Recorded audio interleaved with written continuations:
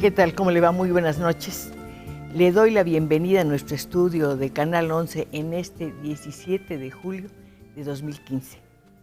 Menciono la fecha porque está muy próximo el día en que vamos a celebrar una fecha muy importante para el deporte mexicano, 1984, la Olimpiada de Los Ángeles, en la cual nuestro invitado de hoy, Daniel Asabes Villagrán, obtuvo medalla de plata en el deporte, un deporte extraordinario que es la lucha grecorromana.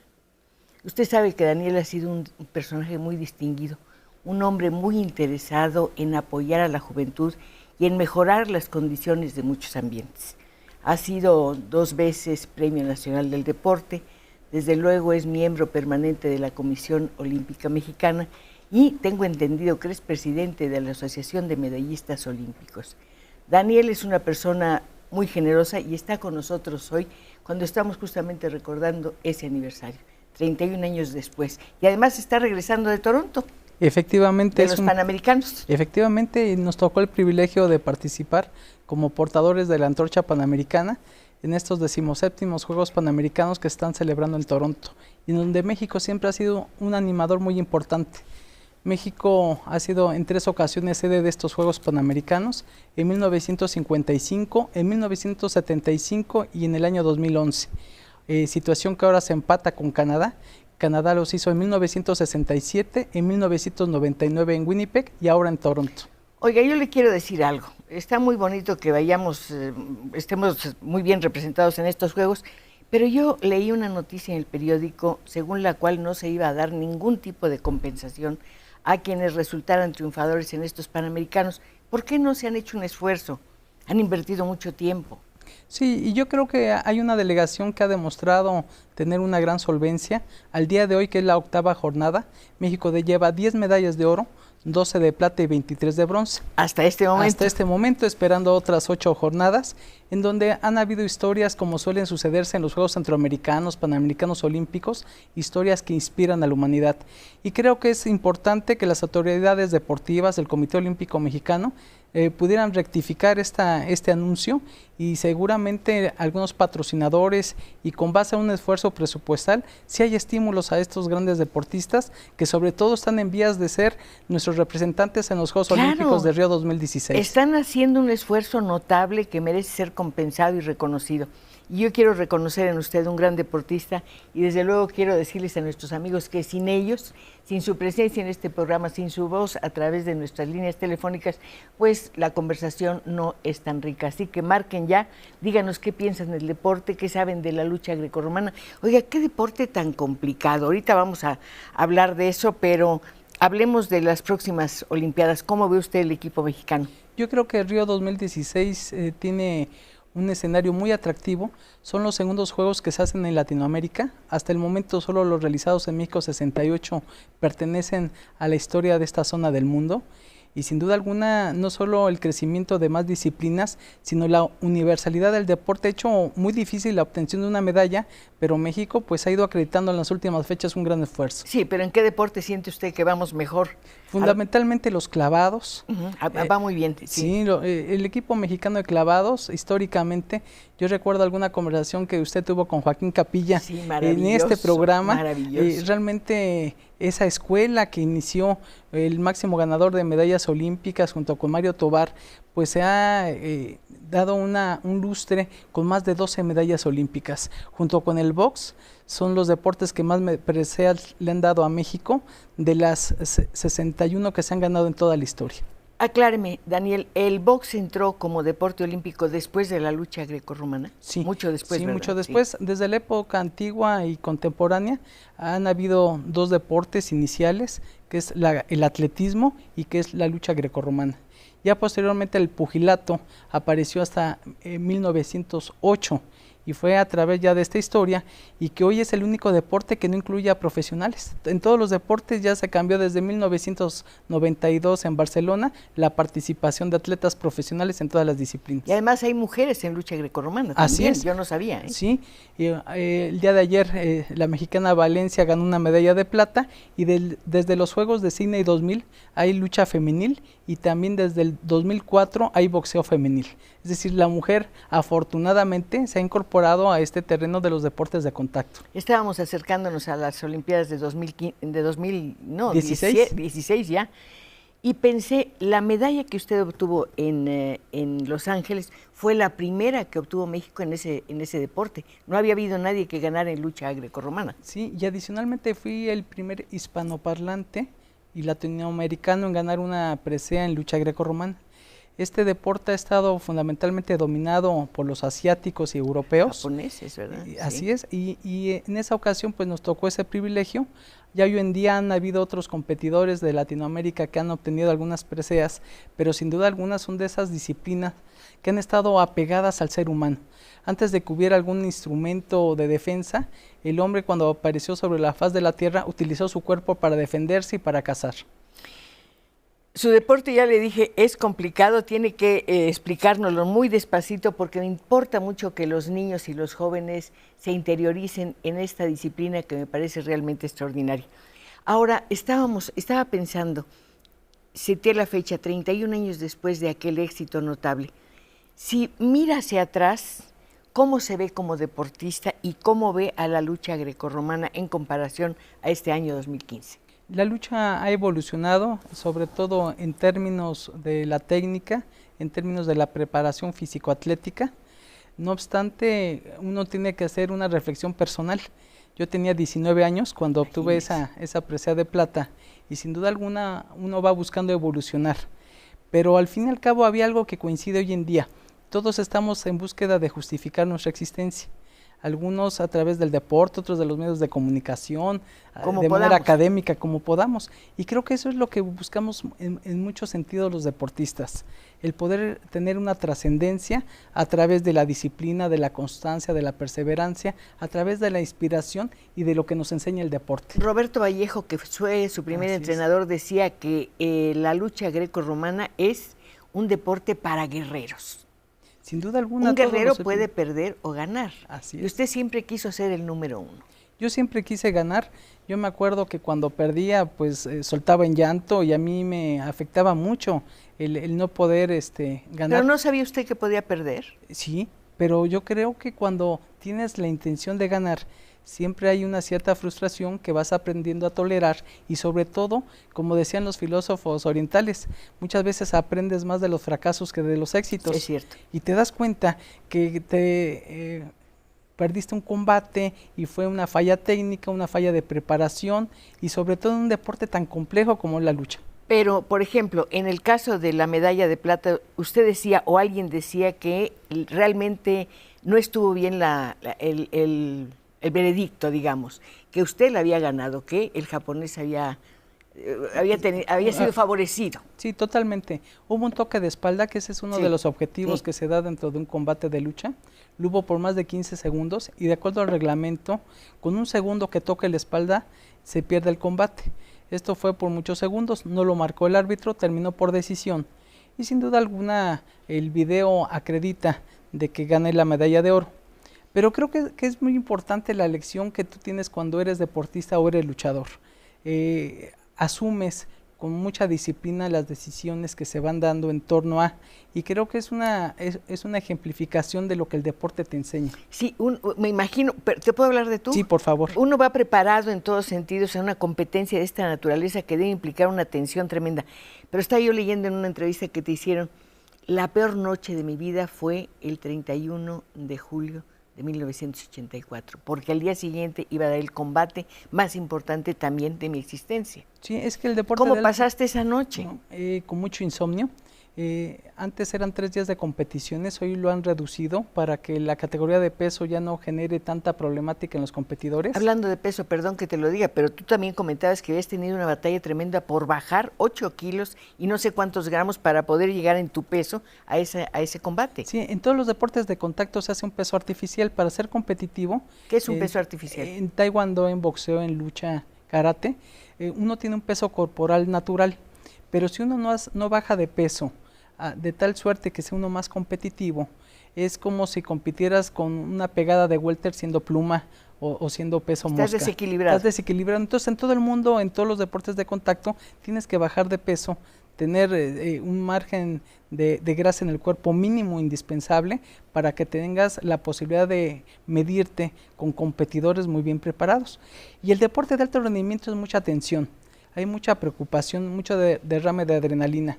Yo creo que las vivencias que se dan en las delegaciones, una vez que pasa tu competencia, pues son muy atractivas, pero antes existe mucha preocupación, mucha tensión, porque lo asumes con toda responsabilidad. Me estaba pensando que realmente tu participación en esa Olimpiada fue muy rápida. Sí, pues yo en 80 tu primera medalla de oro, sí. 78, 79, dos competencias internacionales preinfantiles. Sí, yo tuve una participación de 14 años a nivel competitivo, tuve 510 combates aproximadamente. ¿Qué cosa? Y creo que la intensidad con la que se dan los deportes de contacto hacen que se generen una serie de lesiones. En mi caso, bueno, yo he tenido que ser sometido a 4 cirugías de las rodillas porque hay un desgaste permanente. Pero sobre todo, sí, y sobre todo los meniscos, ligamentos, pero también hoy en día todo eso se ha ido transformando para bien. Nos tocó participar en un deporte totalmente amateur, en donde no habían equipos multidisciplinarios como afortunadamente hoy los existen con mucho más apoyos. Hoy las lesiones se dan en menor medida, creo que ha crecido la tecnología y sobre todo el apoyo al deportista de México. La medicina del deporte también ha cambiado muchísimo. Totalmente, hace más de 3 décadas era hablar de una utopía. Era mucho más empírico, los esfuerzos eran más en torno a buscar la gloria que buscar un premio en económico u otro aspecto. Yo creo que eso es algo muy rescatable de lo que es la historia olímpica y lo que ha sido también la historia de nuestro país. Pues yo creo que aquí hemos tenido grandes deportistas y uno de ellos, ¿saben quién es? El padre de nuestro invitado, Bobby Bonales. Una especie de leyenda en el mundo de la lucha justamente porque se enfrentó al Santo, y no solamente se enfrentó al Santo, sino que lo derrotó. Pero más allá de eso, yo imagino que Bobby Bonales era una persona muy generosa y fue un padre extraordinario que supo orientar a sus hijos al mundo del deporte.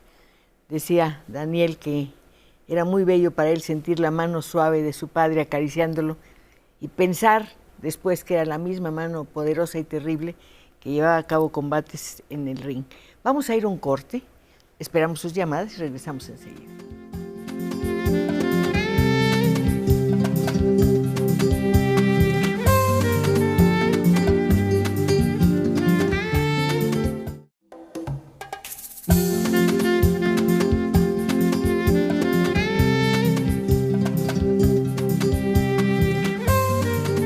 Recuerde que está con nosotros Daniel Aceves Villagrán, medallista olímpico, y recuerde que todas nuestras líneas telefónicas están completamente a su disposición para que le diga, para que le comente y le pregunte o nos mande mensajes como el siguiente. Julia Pacheco Arcaraz dice: llamo para felicitar a la señora Pacheco por la continuación de su programa y por la calidad de los invitados que tiene semana tras semana.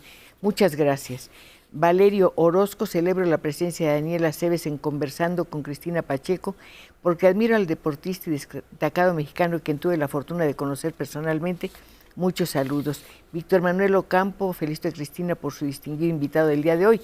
Bueno, Daniel además es escritor, es periodista del Sol de México todavía, ¿verdad? Así es. Es comentarista radiofónico y si me descuido me va a quitar la chapa. No, muchas gracias.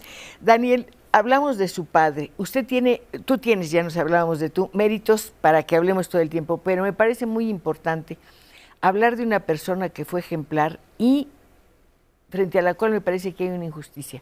Busqué en todas partes una biografía de Bobby Bonales y no encontré más que 20 líneas. Nada que hablara de su vida, de dónde vino, quién es, cómo se formó. Sí, sin duda alguna nos falta muchas veces a los latinos, a los mexicanos, el poder tener una cultura de reconocimiento de nuestros ancestros. Sería muy importante saber qué hicieron nuestros abuelos, nuestros tatarabuelos y por supuesto nuestros padres. Es fundamental. Es algo que nos explicaría mucho de nosotros, no solo nuestra información genética, sino comprender muchas de sus actitudes. Mi papá fue un hombre que tuvo una vida difícil. ¿De dónde era él? Él nació en Morelia, desde los 3 años estuvo en la Ciudad de México, estuvo por algún tiempo en un orfanatorio y le fue marcando precisamente el poder sobresalir en un ámbito muy complejo en la Merced de la Ciudad de México. ¿Cómo llegó de Morelia a la Merced? Lo trajo mi abuelita nació en Durango. ¿Y los padres junto de con Bobby? sus hermanas, pues tuvieron problemas socioeconómicos. Hay que recordar que mi papá nació en medio de la Revolución Mexicana, sí, en 1917, sí. Entonces junto con mi tía Tarsi, que nos está viendo actualmente. ¿De verdad? Tía, sí. ¡Qué maravilla! Mi tía Sirenia, quien ya falleció, pues tuvieron una serie de momentos muy difíciles por las mismas convulsiones sociales que se daban en ese momento. Y ya mi papá como adolescente fue al casino de policía para querer ser boxeador. Y ahí encontró... ¿Perdón, él fue a la escuela? ¿Mandé? Fue hasta el sexto de primaria. Y ya posteriormente él pudo pues retomar a través del deporte pues un crecimiento personal. Algo que lo sacó adelante permanentemente fue su afán por la lectura. Él leía permanentemente, los libros los devoraba, los disfrutaba. ¿Dónde conseguía los libros? Y sobre todo, él me narraba que lo hacía a veces hasta pidiéndolos prestados o hurtándolos de los puestos de la Merced. Es ahí donde vendían los libros a ras de piso, donde los compraba por 20, 25 centavos. ¿Le habló de sus lecturas? Sí, y sobre todo de la Segunda Guerra Mundial. Era un especialista de la Primera y Segunda Guerra Mundial, con sobresaliente afecto a los generales que en ese momento se constituyeron en el eje entre lo que era el esfuerzo de Estados Unidos, Inglaterra y Francia. El general Patton. Sí, él fue radiotécnico y como consecuencia mi mamá también aprendió a componer radios y televisiones. ¿Tenían un taller? Tenían un taller, componían radios, después en alguna época vendían línea blanca. Y fue lo que combinaba su actividad como luchador profesional, pero su pasión fue siempre la lucha. Él entrenaba todos los días de 4 a 5 horas diarias y tenía un culto y un respeto a su profesión como pocas veces lo he observado. ¿Cómo pasó del box, porque fue el primer deporte por el que se interesó, a la lucha libre? Me comenta que en uno de sus entrenamientos de boxeo, uno de los grandes promotores de la lucha, que era el Diablo Velázquez, lo observó. Y entonces le dijo, oye, tú tienes cualidades. Además, él era un joven y un hombre bastante guapo. Entonces le recomendaron que participara en la lucha sin máscara. Y asumiendo precisamente pues el personaje de Bobby Bonales, que lo llevara posteriormente a estar en el cartel inaugural de la Arena Coliseo y de la Arena México. ¿Quién más estuvo en esa inauguración? Estuvo El Santo, estuvo Blachado, estuvo Gori Guerrero, estuvo la Tonina Jackson. Todos aquellos personajes que cuando se inició la televisión fueron acompañando ese espectáculo deportivo, que como bien se dice es el más deportivo de los espectáculos, pero es sobre todo uno de los elementos que los mexicanos queremos profundamente como la lucha libre. Daniel, pero todos esos nombres forman parte de su vida, de su infancia, de la de usted. Totalmente, totalmente. Nosotros somos de esa generación que teníamos como pasiones jugar la cascarita de fútbol y jugar a las luchitas. Hoy la pasión son los videojuegos o ser guardianes del sillón, pero en ese momento y en mi infancia, dicen que infancia es destino, a mí me marcó profundamente irlo a ver a luchar, escaparme de con mi mamá para tratarlo de levantar cuando lo tiraban del ring. ¿A su papá? A mi papá. Sí, y él pues con regaños te invitaba a que te reincorporaras a las tribunas, porque al fin y al cabo tú experimentabas una sensación de preocupación de que le estaban golpeando. Claro, sí. Debió ser muy doloroso para un niño que tendría 5 años. 4 años. Imagínese, a los 4 años y ver que están golpeando a su padre, ¿podía entender? No, creo que no, que era una contienda deportiva imposible. Sí, no, realmente uno no tiene la capacidad para poder tener una reflexión en ese sentido, pero sí la sensación, los pensamientos, sentimientos de lo que estás viendo. Y ya después te vas acostumbrando, te das cuenta que es parte de su profesión y lo quieres imitar. Y bueno, nosotros nacimos en la Colonia Guerrero, hicimos nuestra infancia, nuestra juventud y parte de nuestra vida en ese ángulo donde está la Lagunilla, está Tepito, y pues significativamente hay un elemento que yo creo que es el que nos otorga mucha viabilidad y movilidad social, que es el deporte. Bueno, usted fue muy jovencito, a los 13 años al Deportivo Galeana, y ahí al Guelatao, al Guelatao, perdón, y descubrió que amaba la lucha grecorromana? ¿Qué era el deporte que le interesaba? Sí, sobre todo también porque hubo un elemento que me ayudó. Yo era un niño que tuve como a los 7 años hepatitis, entonces subí de peso, era un niño a los 9 años con sobrepeso, y cuando ingreso a hacer deporte en el Guelatao empiezo a bajar aceleradamente, y ese es un estímulo para mí muy importante.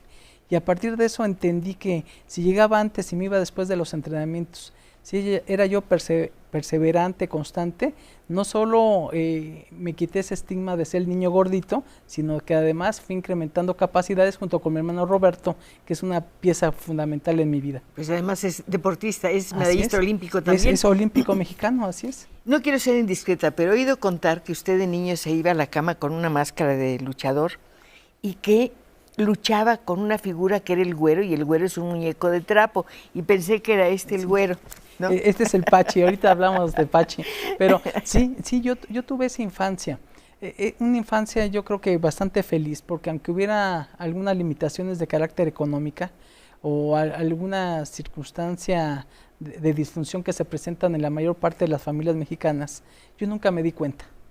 Yo creo que fui un niño muy feliz y vivía esa felicidad en torno a lo que era el deporte, a lo que era la lucha, jugando a las luchitas, soñándonos enmascarados, participando en ese tipo de planteamientos en donde millones de niños ha transcurrido su infancia, y creo que fue idéntica situación la que vive mi hermano. Parece que había un destino para usted, el de la lucha grecorromana, porque creo que en alguna ocasión su papá en una entrevista decía que de muy niño le gustaba mucho a usted nadar, saltar del trampolín a una alberca, ¿es verdad? Sí. Y su hermana comenta que jugaba fútbol y que le metía muchos goles. Sí, afortunadamente los 4 hermanos, que son Roberto, mayor que yo, Norma, y después Cristina. Norma y Cristina, nos ha gustado siempre el deporte, pero propiciado precisamente por este elemento. Mi mamá, que también nos está viendo, es una gran admiradora tuya. ¿Cómo se llama? Alba. ¿Alba? Alba. Ah, qué bonito, Alba, un abrazo. Ella también empezó con este proceso de hacer la práctica deportiva. Estamos hablando de hace décadas en donde no se estilaba que la gente tuviera una cultura de autocuidado a través del deporte. Nosotros afortunadamente tuvimos esa vinculación y nos gustaba jugar a nuestras olimpiadas.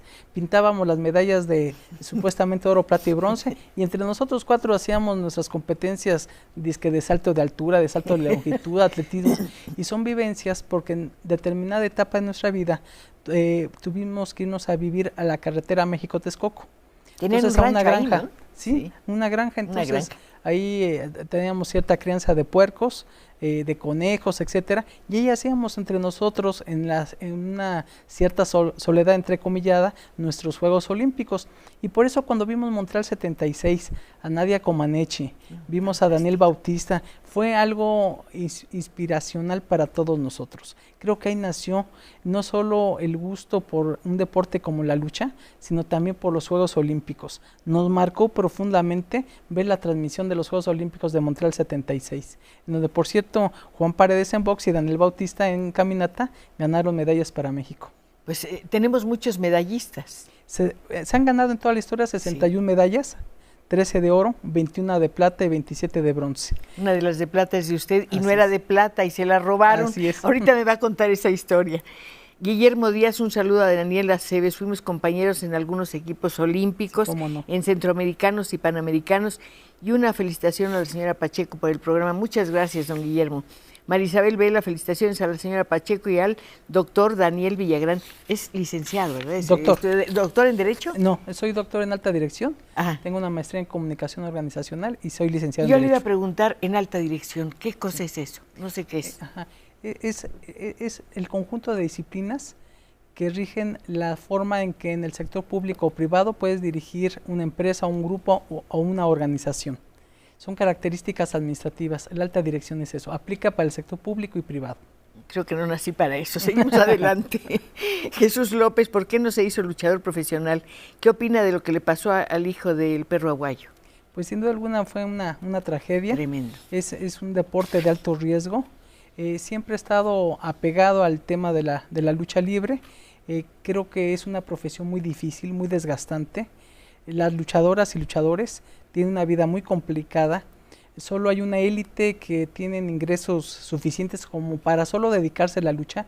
La gran parte de los luchadores en México, que hay como 4,000, tienen ingresos muy menores, y creo que es un motivo de generar un sentido de justicia, de que tengan los servicios médicos y los apoyos necesarios. Yo creo que deberían tener apoyo para cuando son mayores. Así es. Dejan su vida en el ring frente al público y después los vamos encontrando por ahí en los barrios dando clases o tratando de sobrevivir haciendo algún oficio. En el mejor de los casos. Sí, yo los he visto en un gimnasio en Tepito y es conmovedor cómo se reúnen, cómo estudian, cómo hacen gimnasia y cómo recuerdan sus tiempos, porque ya no hay mucho más para ellos. Me parece una injusticia tremenda. Yo estoy de acuerdo, yo creo que son de esas profesiones que además no han estado integradas a la seguridad social por ser de alto riesgo, pero yo creo que es una de las iniciativas que hemos ido generando para que tengan acceso, por ejemplo, al Instituto Mexicano del Seguro Social. Yo tengo acceso a un corte. Vamos a ir.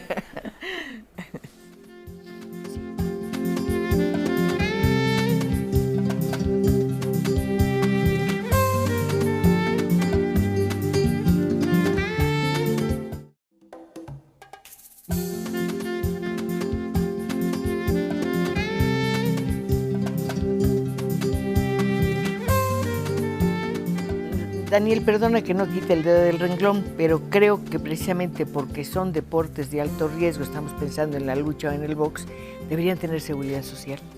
Yo creo que como un elemento de justicia social tenemos que generar, hemos hecho propuestas legislativas por parte de los medallistas olímpicos, han estado en comisiones, pero sin duda alguna tenemos que reconocer a esas personas que son mujeres y hombres que han otorgado no solo su vida, sino su entusiasmo a la práctica de un deporte. En muchas circunstancias sabemos que ha sido un movilizador social, es decir, el boxeo o la lucha, pues han servido para salir de la pobreza, claro. Para poder rebasar una serie de planteamientos, pero si nosotros cuantificáramos cuántos delincuentes menos, cuántos adictos menos, cuántos alcohólicos menos han habido por medio del planteamiento del deporte, estaríamos nosotros teniendo una tasa de retorno enorme, y yo creo que hay una deuda muy importante para estos ídolos de nuestro país. Estaba pensando en el fin que tuvo el Pajarito Moreno, por ejemplo. Y el Toluco López, y hay una lista muy amplia, y eso que no hemos cuantificado, las lesiones físicas que han generado que se pierda el patrimonio de muchos luchadores, de muchos boxeadores, toda la disfuncionalidad familiar que genera esto por falta de una previsión social y de una justicia social.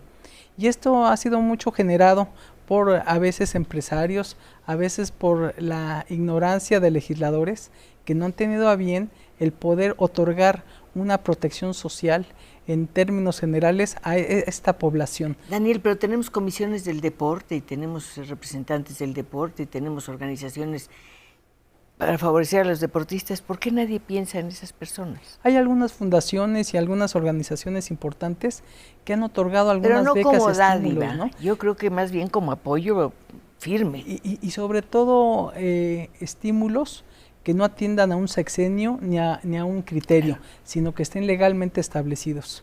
Yo creo, yo he escuchado cómo has impulsado de manera muy amplia este concepto, y yo creo que tenemos que continuar allegando voluntades, y yo espero que en la próxima legislatura pudiéramos lograr algo dentro de la Ley General de Cultura Física y Deporte, pero también en la Ley Federal del Trabajo. Yo creo que a veces no hemos sabido dimensionar cuál es el marco legal en donde tenemos que generar. Lo de la Ley Federal del Trabajo. Totalmente. Sí, y sobre todo porque hay un planteamiento laboral de quienes son contratados para las funciones del boxeo o la lucha, y no hay un contrato de por medio, no hay protección social, no hay ninguno de los beneficios que cualquier trabajador pudiera tener. Entonces hay una discriminación muy importante en este sentido. Lo decíamos hace unos momentos, hay una élite que sí se allega de los recursos suficientes para dedicarse únicamente al tema del deporte, la mayoría no. Y además en el boxeo, pues es también una pequeña élite la que llega a disputar los campeonatos mundiales. La gran mayoría padece lesiones, hay entrenadores no capacitados que los suben a peleas que no son convenientes, y hay lesiones de carácter cerebral que van acompañando la existencia ya de manera desafortunada de muchos atletas. Hace algunos meses creo que en Tabasco hubo el caso de un muchacho que estuvo mucho tiempo agonizante después de una pelea. No sé si lo recuerdas. Sí, sí, por supuesto. Y lo malo es que fue son terrible. varias, Su ¿no? mujer decía, ¿qué hago? Sí, sí quedan en estado de coma inducido o directo, y todo eso da como repercusión una problemática social.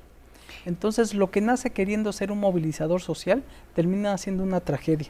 Yo creo que por eso sí es muy importante, y qué bueno que hoy compartimos con todo el auditorio una preocupación latente que está vigente y que lo estuvo hace 30, 40 y 50 años y que hoy vuelve a estar ahí en la mesa precisamente de los pendientes. ¿Esa discriminación hacia los luchadores y los boxeadores la sufren los demás deportistas o nada más una cierta área? No, es una cierta área. Hay deportes que no dan prestigio social. La lucha y el box son uno de ellos. Hay otra serie de actividades que además, por ir acompañados de una mercadotecnia, por la venta de implementos, etcétera. El principal patrocinador del deporte no son ni los gobiernos, ni los bancos, ni las instituciones privadas, son los padres de familia. Entonces yo creo que ese es un asunto muy importante, porque tenemos que ratificar el apoyo a los padres de familia. Y en estas disciplinas, que reitero, son practicadas por personas de escasos recursos socioeconómicos, se tiene que dar un apoyo muy importante. Yo creo que hay tiempos de transformación. Yo creo, Cristina, que pudiéramos seguir abanderando este tipo de conceptos y escuchar también opiniones, por ejemplo, del auditorio en relación a que se pueda instituir esta protección social y que no sea, como lo comentabas hace rato, una dádiva o una decisión pasajera. No, que es como un favor, una limosnita, una cosa así. Sí. Pero te digo, hablando con esos notables, maravillosos boxeadores, alguno me comentaba, es terrible lo que sientes cuando alguien te golpea en la cabeza y sabes que no vas a quedar bien, porque no quedas bien, porque te sientes mal, porque estás trastornado y no sabes cómo vas a salir adelante de esa situación. Sí, se sacude la masa encefálica y evidentemente hay trastornos neurológicos que van repercutiendo en el acompañamiento. Hoy en día, por ejemplo, hacemos una promotoría muy grande del desarrollo infantil y la estimulación temprana, y esa plasticidad del cerebro que se da en los niños se ve afectada cuando de joven o de adulto se sacude por los golpes. Entonces son daños que se dan por una mala preparación físico-atlética, por entrenadores no certificados y por la necesidad de ganarse algún recurso económico subiéndose al ring. Entonces hay una serie de corresponsabilidades que yo creo que es muy importante. Ahora que nos preguntaban sobre la muerte del perrito aguayo, se propuso, nosotros lo hicimos, la creación de la Comisión Nacional que viera todos los espectáculos públicos de lucha libre y de boxeo. No existe una comisión nacional, hay comisiones estatales. Y esto, bueno, ha quedado en el tintero, pero creo que tenemos que empujar para que las instituciones tengan precisamente la salvaguarda. El objetivo fundamental debe de ser preservar la integridad física de los atletas. Más allá de que si quieran ellos o no subirse a un ring, tienen que haber comisiones que respeten las circunstancias médicas de los atletas. Si no, pues estamos generando problemas de carácter social, porque es mucho más costoso al Estado dar recursos para una trayectoria de vida en donde no hay productividad y donde hay la pérdida de la salud. ¿La lucha greco-romana da prestigio social? No, y sobre todo en países como el nuestro, porque está identificada como la lucha. No hay esa división por parte de la mayoría de la gente que ubica que la lucha profesional es la de los enmascarados, la de las capas, la de las arenas, y la lucha grecorromana es un deporte olímpico por excelencia, que además en algunos países es el deporte nacional, como por ejemplo en Turquía, en China, en la India, en Mongolia, y en algunos otros países como la ex Unión Soviética, ahora Rusia, el deporte nacional como para nosotros el fútbol, allá es la lucha. A ver, explícame una cosa. Creo que en el hecho de que no se puedan usar las piernas en tu deporte, tiene que ver un hombre que fue soldado de Napoleón. Sí, y también... Él dijo, no se deben usar las piernas. Y más remotamente, Milón de Crotona, desde los Juegos Olímpicos de la Antigüedad, en el 776 a.C., dijeron que la lucha clásica, la lucha romana y greco, tendría que ser por la fuerza del tronco.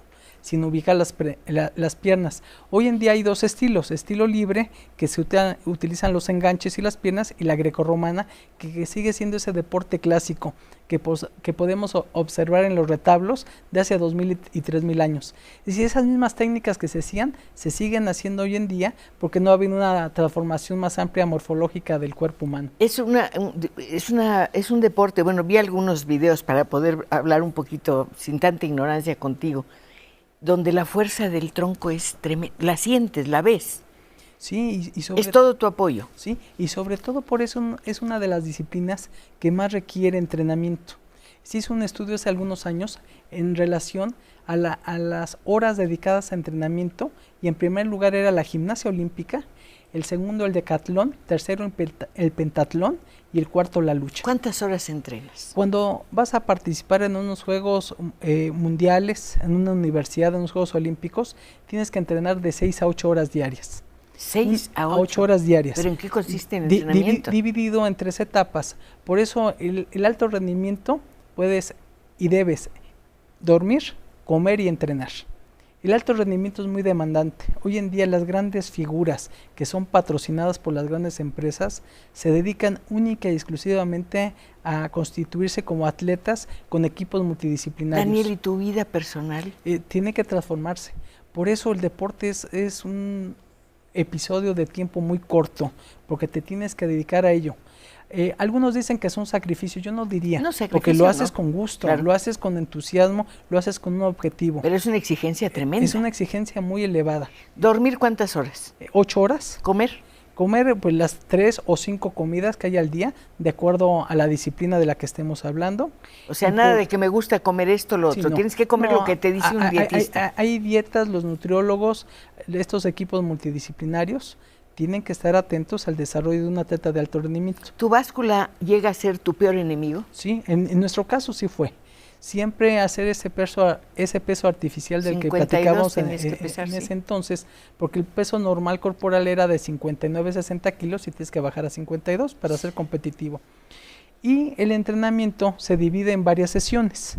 Haces acondicionamiento general, por ejemplo, en una rutina común antes de los Juegos de Los Ángeles, era correr 1 hora, hacer ejercicio precisamente aeróbico, después hacer ejercicio técnico en la segunda etapa, y después hacer, se les llama topes de competencia, es decir, luchas con diferentes categorías de peso. Pruebas. Es muy demandante, y sobre todo el enemigo del alto rendimiento son las lesiones físicas. Las lesiones, si no hay una preparación, se empiezan a dar. Y la tensión, Daniel, la tensión nerviosa. Yo creo que eso es algo muy desgastante, y muchas veces se ha dicho por qué algunos mexicanos no pueden destacar ante el pánico escénico. Es algo que está presente, el no saber controlar esos miedos, el no saber controlar esa presión, esa tensión, es algo que se ratifica. Hay algunos deportistas que son de gimnasio, que son magníficos en el entrenamiento, pero a la hora de la competencia baja totalmente su rendimiento y no ganan. Ahora, perdona mi comentario, pero una persona que come, duerme y entrena necesita dinero. ¿Quién sostiene a un deportista de alto rendimiento? Hoy en día, en tu tiempo. En mi tiempo era el esfuerzo familiar. Yo tuve pues la necesidad o la vocación de incorporarme a la Secretaría de Marina Armada de México. Primero como marinero y después como cabo. En ese entonces no habían apoyos como hoy en día. Nada. Las becas eran totalmente ausentes. Yo creo que en eso se ha avanzado mucho en nuestro país. Ha habido un esfuerzo muy importante. Hoy en día yo te podría asegurar que todos los atletas que fueron a representarnos, los 509 a Toronto, todos tienen una beca, ya sea de carácter municipal, estatal o federal. Absolutamente todos. Hoy en día sí hay una cobertura más amplia, indudablemente, y lo que nosotros vivimos era totalmente amateur. No sé si recordarás aquellas medallas que le quitaban a Jim Thorpe y, o sea, sí, a Jesse Owens, etcétera, porque habían obtenido $5 por ir a participar en un partido de béisbol. Me dan $5 por un corte. No, hasta 10.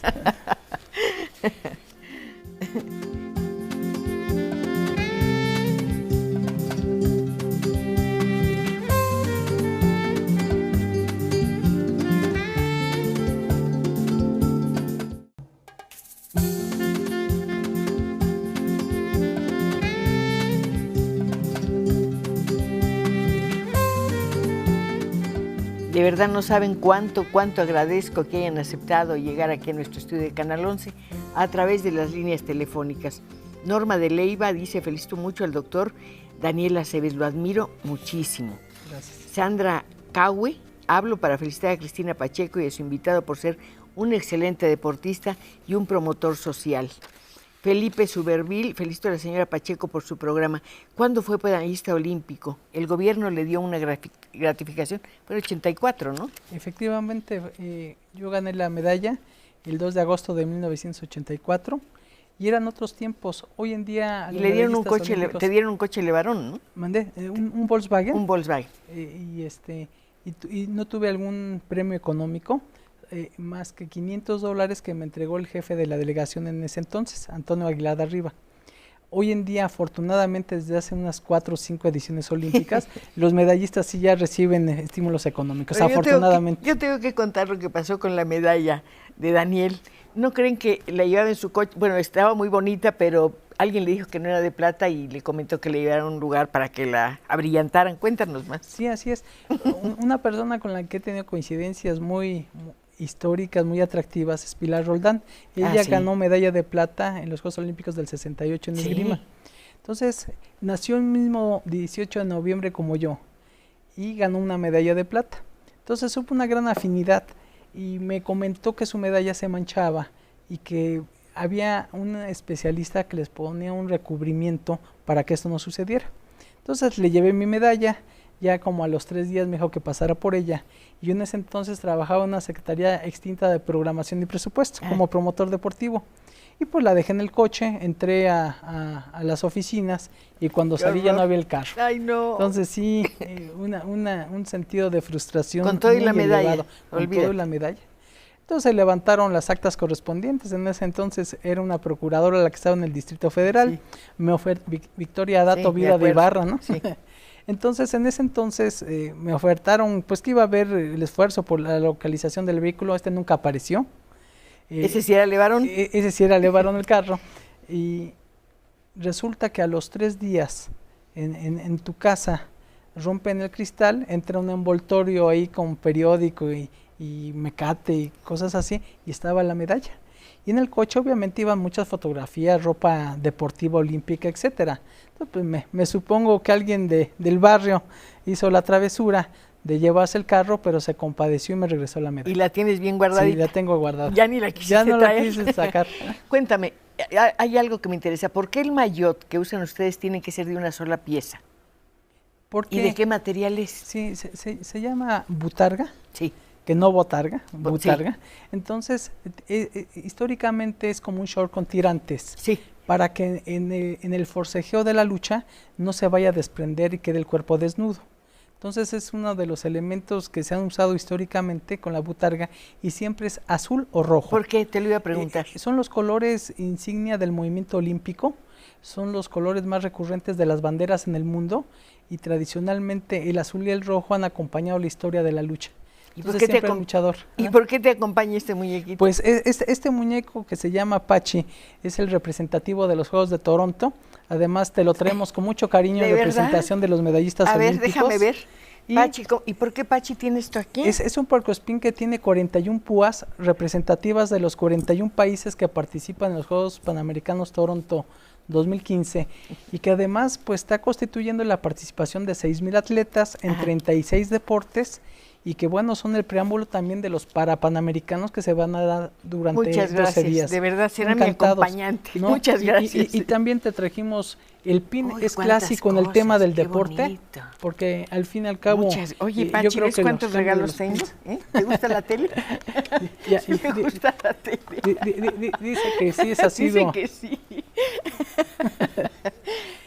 Y también te traemos una moneda de la Casa Real de Canadá, conmemorativa precisamente estos Oye, Daniel, eres muy generoso, ya me diste algo maravilloso que fue la conversación. No, al contrario. Ahora, el tapete donde se hace la competencia es muy grande, 12 por 12. Exactamente, y tiene un diámetro de 9 metros, y tiene que tener una prueba que tiene que pasar para que sea proclive a utilizarse en los entrenamientos en la lucha. ¿De qué materiales? Es de varios polímeros son los que se utilizan, pero tienes que dejar de caer, por ejemplo, para probar un huevo, y tiene que el huevo no se tiene que romper y tiene que rodar. La consistencia del colchón tiene que proteger precisamente las articulaciones. Son 2 capas, ¿no? Son 2 capas, y hasta hace algunos años solo se hacía en Suecia. Entonces era el país que lo producía a nivel internacional. Hoy en día ya hay otros productores en diversos países, pero es uno de esos implementos especializados de un deporte muy económico. Actualmente la lucha se practica en más de 180 países. Se calcula que hay más de 50 millones de luchadores y luchadoras en el mundo. Y bueno, muchas veces se requieren las ganas. Ojalá se promuevan, seguramente vendrán cambios en la lucha de México y haya una promoción muy importante, porque así como el box, los mexicanos nacimos para luchar. Tenemos esa información genética, y en México ha habido grandes exponentes a nivel centroamericano, panamericano, mundial, y creo que una de las expectativas precisamente de estos juegos inspiradores es que haya más luchadores y luchadoras en México. Dice que ellos también saben luchar. También saben luchar. ¿Qué es ganar por toque? Cuando tú puedes derribar a un contrincante y tocas su espalda, aunque sea por un segundo, que esa es la búsqueda y el objetivo que se da. ¿Es como dentro de la humillar a competencia. una persona o dominarla? No, simplemente derribarla. Derribarla y que pueda haber el toque de espalda. Esto, cada vez que el nivel crece, es mucho más difícil, y son 2 tiempos de 3 minutos por 30 segundos de descanso. Entonces, cuando no se da el toque de espalda, se gana por puntos. Los puntos son de 1 a 5 puntos, de acuerdo al movimiento que tú puedas generar y poner en peligro a tu contrincante. Por eso es un deporte tan clásico, tan apasionante.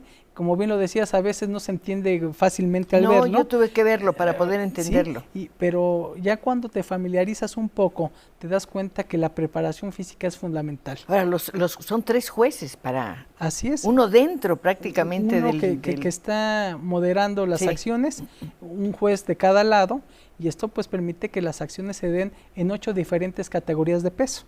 Es decir, es un deporte muy universal, practicado mundialmente, y que tiene como bondad el proteger la integridad de los luchadores.